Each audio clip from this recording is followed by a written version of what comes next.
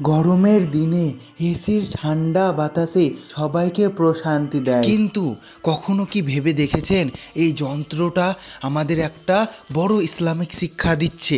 চলুন আজ একটা ছোট্ট যন্ত্রের ভিতর লুকিয়ে থাকা মহান শিক্ষার গল্পটা শুনি, যা হয়তো আমাদের জীবনটাই বদলে দিতে পারে। এক গরিব যুবক থাকতো ঢাকার এক পুরনো বস্তিতে।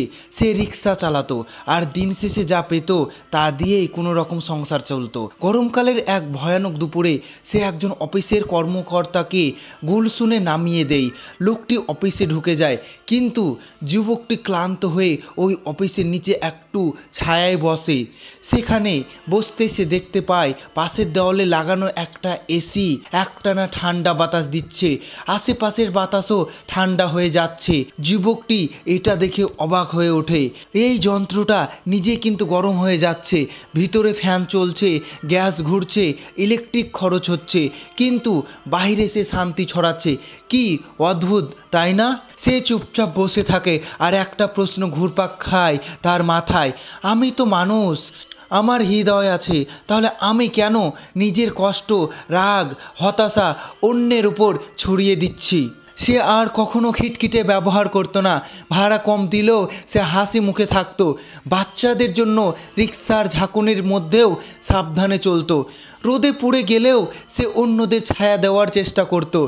একদিন এক বৃদ্ধ যাত্রী তাকে বলল, তোমার মতো রিক্সাওয়ালা আমি খুব কম দেখেছি, তুমি আমার জন্য এই গরমে যেন এসির মতো। যুবকটি এই কথা শুনে চোখ বন্ধ করে হাসলো, কারণ সে জানতো সে সত্যিই এসির মতো হয়ে উঠেছে। একজন প্রকৃত মুমিন সেই ব্যক্তি যার কথা ও কাজ থেকে অন্যরা নিরাপদে থাকে, যার উপস্থিতি আশেপাশে শান্তি ছড়ায়। সহিহ হাদিস। দুনিয়ার কষ্ট সহ্য করে যারা অন্যকে হাসাতে পারে, আল্লাহ কিয়ামতের দিনে তাদের মুখ হাসি মুখে উজ্জ্বল করে তুলবেন। একটা এসি আমাদের শেখায় নিজের ভেতরে কষ্ট থাকতে পারে, কিন্তু অন্যকে শান্তি দেওয়াই বড় কাজ। সবাই গরমে পুড়ে, কিন্তু এসির মতো কেউ কেউ শান্তি ছড়াতে জানে। একজন মুসলমানের উচিত যেন সে তার চারপাশের শান্তির বাতাস ছড়ায়।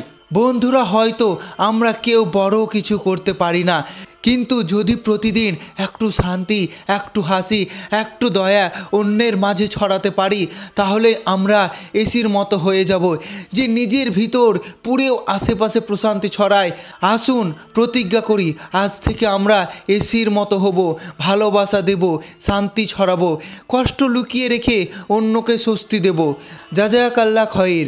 ভিডিওটি ভালো লাগলে শেয়ার করুন, যেন অন্যেরাও এই শিক্ষা নিতে পারে। আর চ্যানেলে নতুন হয়ে থাকলে চ্যানেলটিকে সাবস্ক্রাইব করুন। আসসালামু আলাইকুম ওয়া রাহমাতুল্লাহি ওয়া বারাকাতুহু।